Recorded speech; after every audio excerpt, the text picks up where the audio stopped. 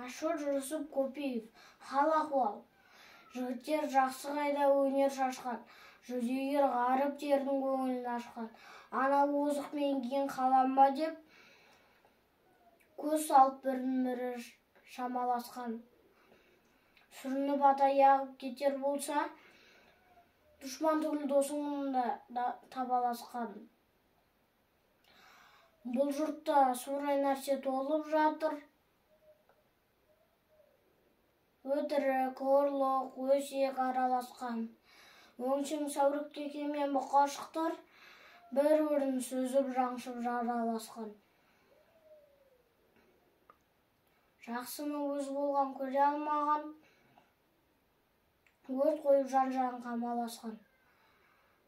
Ақылшы шықты бізге үй басынан, данышпан, ойы зерек, жұрттан асқан. Биге пара байларға өсім болды, бой тартқан арамдықтан барма қашқан.